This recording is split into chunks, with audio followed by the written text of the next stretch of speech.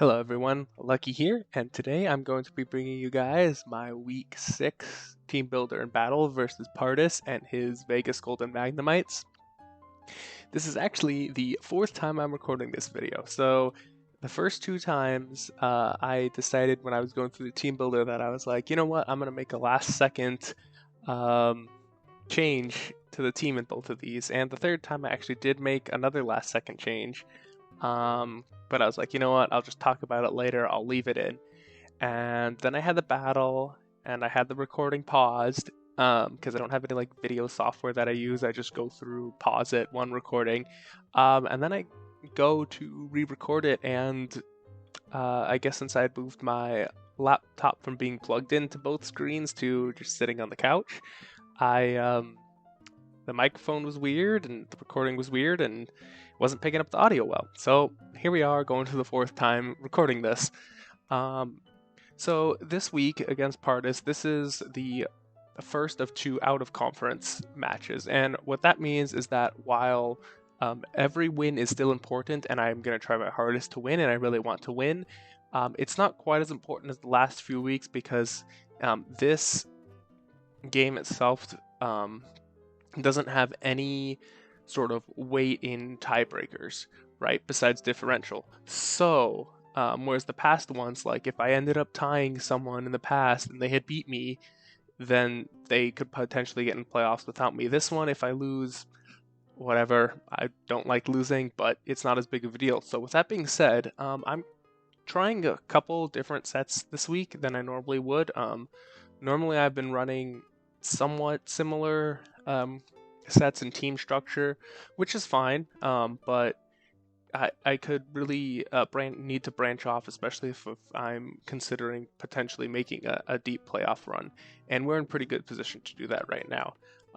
So, with that being said, let's go ahead and get into the teams.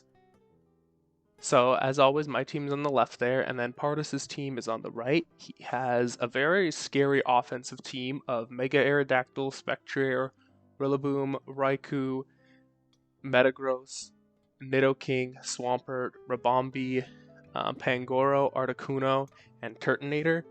Now, as you can see from the top, I don't actually have my normal layout of like offensive threats, defensive pains, and what I expect him to bring. And this is actually done on purpose because I didn't think with his team that I would be able to give like a proper layout for that.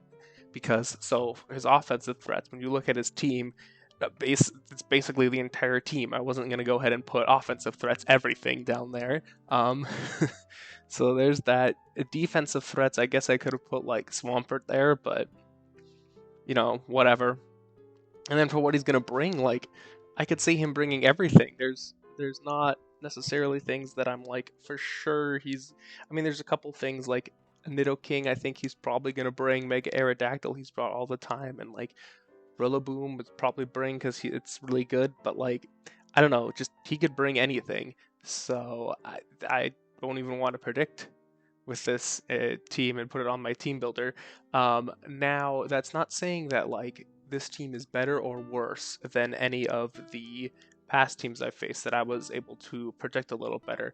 It's just a little bit different, and with this much of an offensive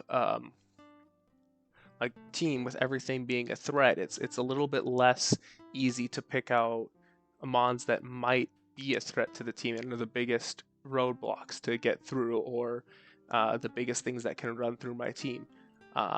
So that's why I was just like, you know what, he could bring anything. I'm gonna have to really prep for everything and just see how it goes. So yeah, with that, I'll get into what team I'm gonna be bringing. So the first two mons are Mega Charizard Y and Venusaur, and I'm actually bringing like my full kind of sun this week. In past weeks, I've either brought like week 1, I brought Mega Charizard Y. The Venusaur was still more of like a defensive set, even though it did have chlorophyll. And I think week 2, I can't remember if I brought Venusaur or not, which was the other week I brought Charizard. Actually, I think there were 3 weeks I brought Charizard. Anyways, I haven't really brought them together as a full like sun pairing or Sun Core, and that's what I wanted to do this week with Venusaur having growth. And being max special attack modest, the speed is to outspeed Mega Aerodactyl under the Sun. I know I don't necessarily outspeed Scarfers, but that's fine. Or I do outspeed everything except Raikou and Spectre if they were Scarf under the Sun. So that's good. At least I think I do. Maybe I'm wrong. But so that's that set. But I wanted the extra bulk in case I get out of Sun, because I only get, let's say I click Drought, I only get 3 turns of Sun to take advantage of that growth boost. If I don't click Growth, I get 4 turns to take advantage of the Mega Charizard Y. And I guess that's kind of the disadvantage with having Mega Charizard Y as your setter, or any Mega, is that you only get 4 turns max for your sweeper of weather. But when I went into the draft, I wasn't necessarily thinking of just going for Sun. So it was just something to be there, and Venusaur's been fine outside of Sun. But I really wanted to bring the offensive Sunset this week. So Charizard is Roost, Flamethrower, Scorching Sand, Solar Beam. I'm able to run Modest this week to outspeed all of his base 85s, which is awesome because I can do so much damage.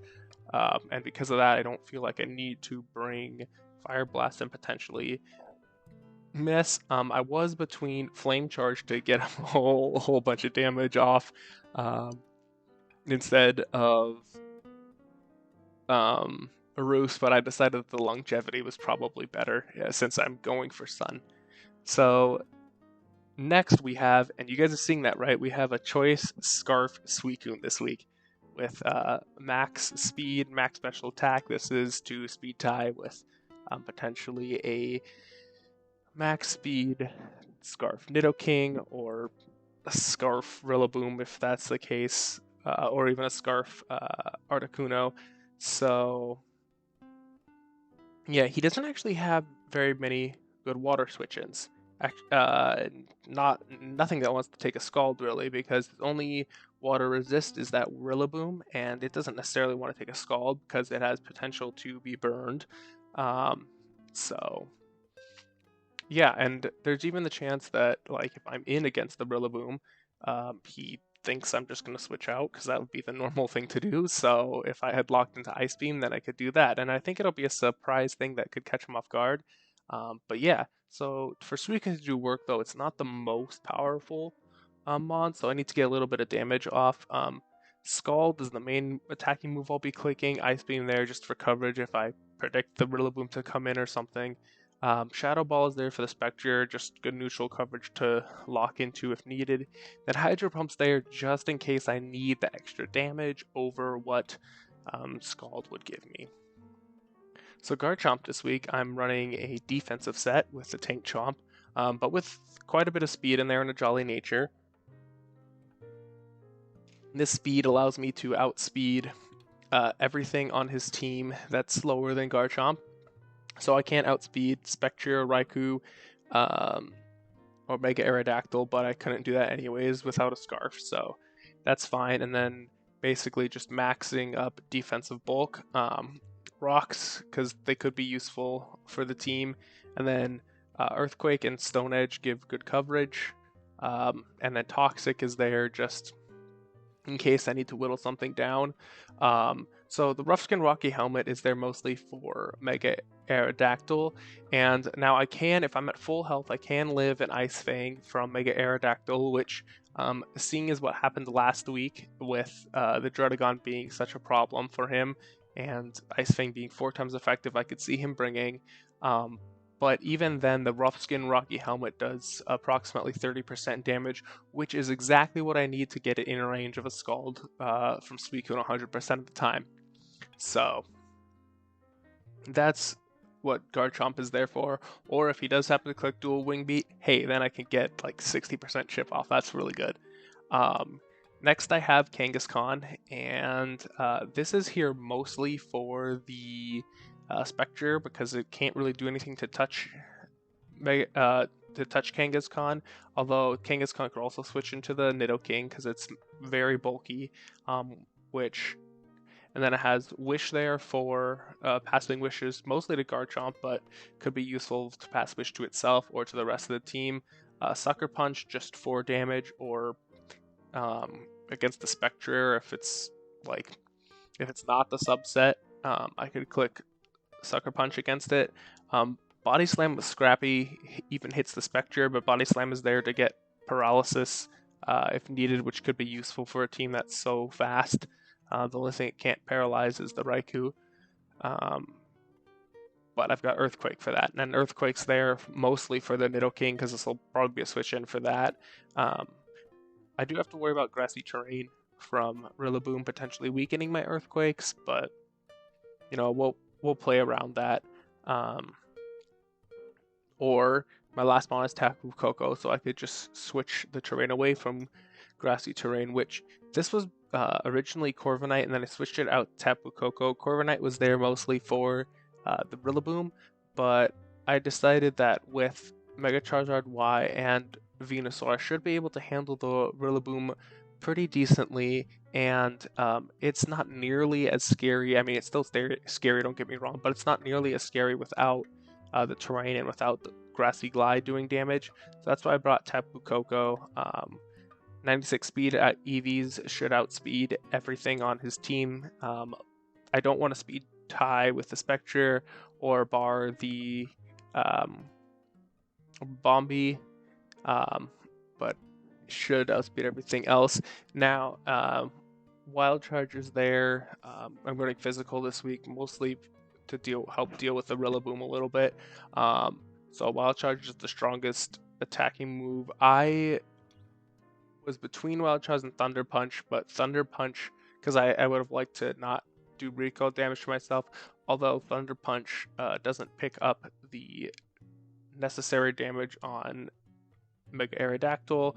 It needs a little bit of chip, so that's why I have Wild Charge. I have U-Turn just for momentum, Brave Bird mostly for the Rillaboom, and then Defog is there to help out the Charizard Y if he gets rocks up.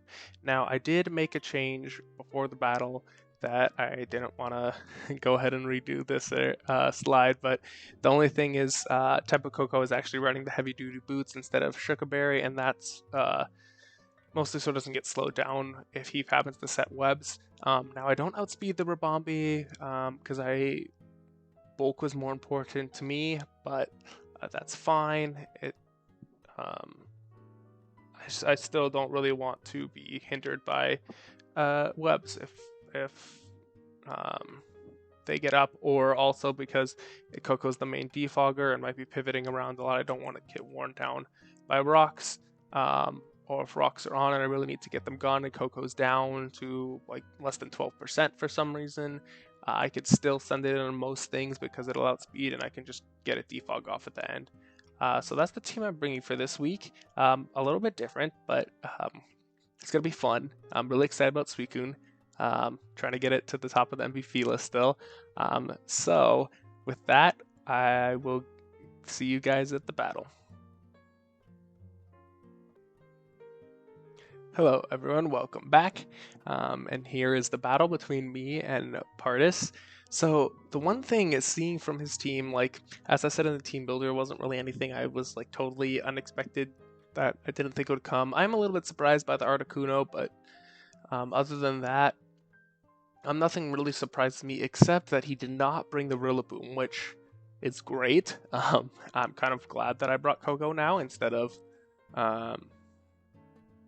the Corviknight, but kind of wish I would have brought a special set because Grass Knot would have been nice for the Swampert, but it could be Grassberry anyways, so whatever.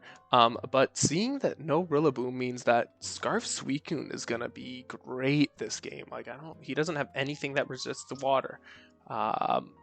Yeah. Also from this team, I see that the only thing that can really take a hit from Charizard is potentially the or take a fire move is the Aerodactyl, but it doesn't necessarily want to switch in and get a lot of damage off, or the Swampert, but I have the Solar Beam for that. So I'm going to go ahead and lead off my Charizard. So as he leads Articuno, here I'm going to Mega up, get the Sun up, and click my Fire move now. I did think that there's a possibility that he could be Akaberry here, but I was like, yeah, you know, he doesn't have anything that can hit me hard back, so I'm going to go ahead and clear the Flamethrower. As soon as I see him stay in, I'm predicting he's Akaberry, which he is, and he does have something that could hit me back, Ancient Power, but I'm like, okay, whatever, this is fine, I'll just kill it next turn. And he gets the boost. Oh, that's unfortunate. So now I can't kill Articuno back, especially with the boost. Suicune, which is the only thing that could potentially outspeed, doesn't kill it from this range. And because he got the boost turn 1, I'm in a little bit of a pickle here. So I want to keep my Charizard alive though for potentially setting up the Sun later, so I go into Kangaskhan here because it's pretty specially bulky and can take a hit. As you see, that doesn't do much. Now here I'm just going to go ahead and click a few body slams to try to get a paralysis as I see he reveals the Roost, and that's also could be problematic because I thought, oh, maybe I can get him low health, but nope, he has the Roost. So I'm just really hoping I can get a paralysis turn here. As he goes for Freeze Dry, still doesn't do a whole lot. As I click Body Slam again, no paralysis.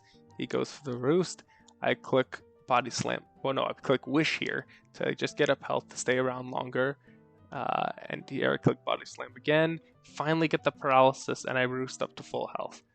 So that's excellent. So here I'm just predicting him to click probably Freeze Dry, something. So I just go into Tapu Koko here as he gets fully paralyzed. Now here I'm predicting that he's going to switch out into either Swampert or Nidoking because he has 2 ground Pokemon that could take an electric move from Koko. And so I'm going to try to U-turn out here as he stays in. I'm like, well, okay, I'll go back to Kangaskhan. So he clicks Freeze Dry and gets the freeze. Oh, this is not going well. This amount of hacks at the beginning is, it's not going my way. So I'm like, well, this is not good. I'm gonna switch out again. This time, go into Koko again as he gets fully paralyzed. So here I'm gonna try to kill him off, and he switches to Nidoking this time. So definitely got those 2 predictions wrong. Guess I could have read it, but that Articuno with its boosts was really annoying. But I did force it out, so I guess that's a plus. Here, I'm predicting Nidoking. I don't know. I don't really have anything to switch into Nidoking now that Kangaskhan is frozen. So I'm just going to go ahead and go to Charizard. I'm thinking maybe he clicks Earth Power or something. But he goes ahead and clicks the Thunderbolt and just kills Charizard, which sucks, but it's okay. It means I get 4 turns of Sun with Venusaur. Now, I do not want to mess around with getting a growth up. I just want to do damage. Maybe it would have been better to get a growth up because I can't kill there. He doesn't kill me either. So if I got a growth up, then I would be able to kill the next round, but you could switch around. So I did predict him to switch out, but I also didn't want to risk not killing him, so that's why I did the Giga Drain just to get damage. Here I go ahead and click Sludge Bomb as he brings in the Swampert. Here I think he might switch back out because you wouldn't want to leave the Swampert in against the Venusaur, but I'm just clicking what's in front of me for now. I think he's probably wasting the Sun because, you know, I can't speed anymore. But, you know, like I said in prep, Venusaur is still bulky, so it can still take some hits.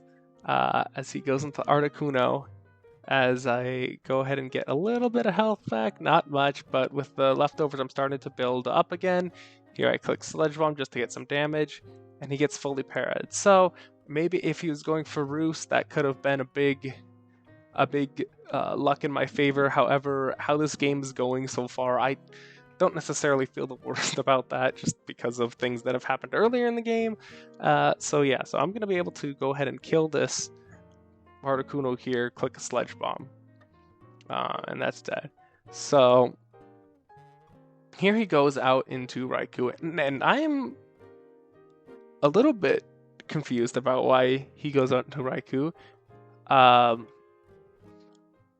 I think at this point, I think he might have extra sensory, but I didn't bother calculating. I'm like, whatever, I'm just going to hit what's in front of me again. Go ahead and click the Earth Power. Maybe he's trying to switch into Mega Aerodactyl for free. I don't know. But then why wouldn't he just go to it right away on the Venusaur? I'm really confused. I don't know what he's doing here. So I'm just going to go ahead and click Earth Power. So he clicks the Magnemites. I'm like, oh, that's that's what it's doing. Well, now this Raikou could be a problem. That's kind of scary. So I'm just going to click Sludge Bomb here to try to get damage as he clicks Extrasensory, crits me, and I die. Don't know if that mattered or not. It may have, because I was pretty bulky, but I don't know. Whatever. It's just how this game's going. Here, I'm like, well, I'm going into Garchomp. I can take hits, but I just need to get some damage on this Raikou for Suicune. And at this point, I'm like, well, my sun's down. My Kangaskhan is frozen. Coco was not the greatest in this matchup, actually, and Garchomp's pretty defensive, but Suicune still needs some chips. So here I'm just going to try to get some damage on this Raikou. She clicks Sensory. I'm like, cool, I've got to risk the Stone Edge, unfortunately, and I flinch. Oh boy. This game is not going well at all right now. I'm just getting... the hacks of this game are unreal. So I'm just going to go for a Stone Edge again as I get damage. Now, I predict him to still go for Extra Sensory. He can't click an electric move on Garchomp. And this was not quite in the range that I was comfortable switching into Suicune, because it didn't quite kill with Scald yet, which I'm pretty sure that Stone Edge was a low roll. So there we go, another thing not in my favor. So yeah, so I just go into the Coco here to take the Extra Sensory and U-turn out. So it takes it, that's a decent amount of damage, but it did get Suicune down. So remember when I said that I outsped everything on the team with Coco? Well, I miss EV'd a bit. In my head, I knew Raikou was base 115, but in my head I had the number that, hey, that's 350, which is actually the base 110s. So I set Coco to outspeed base one. I set Coco to outspeed base 110s, and Raikou's faster. So yeah, he's gonna take a decent chunk of damage here. I'm like, what did I do? Luckily that Raikou is down low, and actually that Miss EV may have helped me out here, because I'm able to U-turn out into Suicune, which is Scarf, and I'm just gonna start clicking Scalds.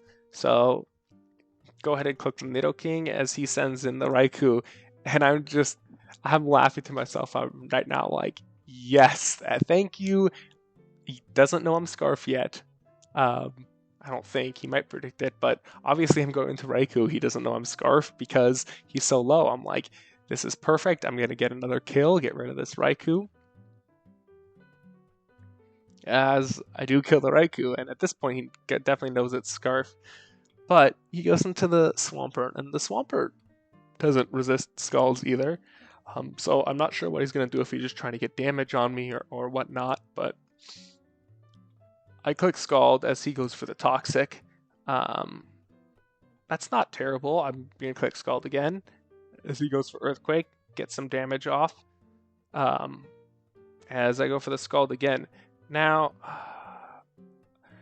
2 Earthquakes actually would have done the same amount, but now he's on a timer, Suicune's on a timer, so whatever he comes in now, I need to switch out.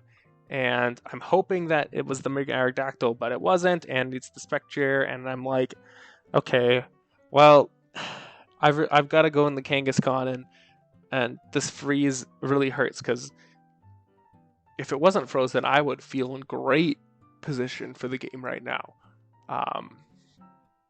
Because Spectre can't really touch Kangaskhan, and all I really need at this point is some damage on Spectre and possibly Mega Aerodactyl. So, but unfortunately, it's frozen. So I'm just gonna sit here, and I'm like, if it's substitute, this is a problem. He is substitute. I'm like, okay, well, I'm gonna need to thaw out here, or I'm probably gonna lose this game. So that's what I'm gonna try to do. He clicks Dark Pulse, and I do thaw. Thank God, that's so important, because now Kangaskhan can actually do what it's meant to do, which is check the Spectre, make sure the Spectre doesn't run away, and all I need is a little bit of damage on Mega Aerodactyl, and Suicune can kill with Scald. And I'm just so happy I thought out there. That really made a difference in the game. So he goes for Will-O-Wisp here, I think probably predicting a Sucker Punch.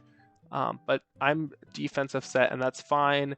My Body Slam will still break the sub. I'm just clicking Body Slams here to maybe try to get another Paralysis. So he goes into Mega Aerodactyl as I wish up.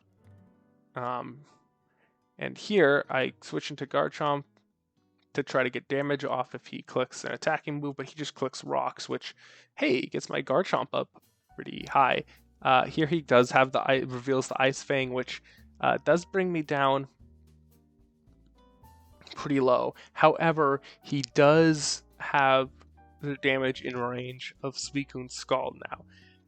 However, I do know coming into here that unfortunately I have to risk the Hydro Pump here, and that is because at the range Spectre is at, it can live a Scald. And so if he goes into Spectre here, lives the Scald, then Suicune will die to Toxic the next turn. And then he can clean up with Mega Aerodactyl. If he stays in and I kill with Scald, that's all fine, and then I win with Kangaskhan. But if he stays in and I hit my Hydro Pump, and then I hit the next Hydro Pump, Suicune can clean the game. So I have to click Hydro Pump here. I feel like how this game's gone, I'm due for a little bit of luck, but also knowing that how this game is gone, I could potentially miss, but whatever. I hit the Hydro Pump, and that is so happy. I'm pretty sure I have the game now, because Kangaskhan can just end up wishing up and stalling out the Spectre at the end.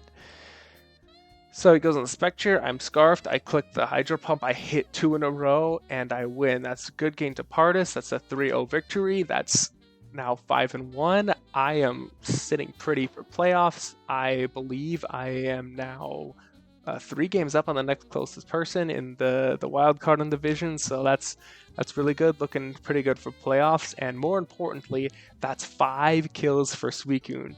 Suicune is now 15-2 on the season and looking really good for that MVP spot. And man, I am so happy that this Suicune set ended up working out well. For my team builder, this was the plan all along, was to have Suicune come in, be a surprise Scarfer, just click some moves and do some damage, and that worked excellent. So yeah, there was a little bit of hacks on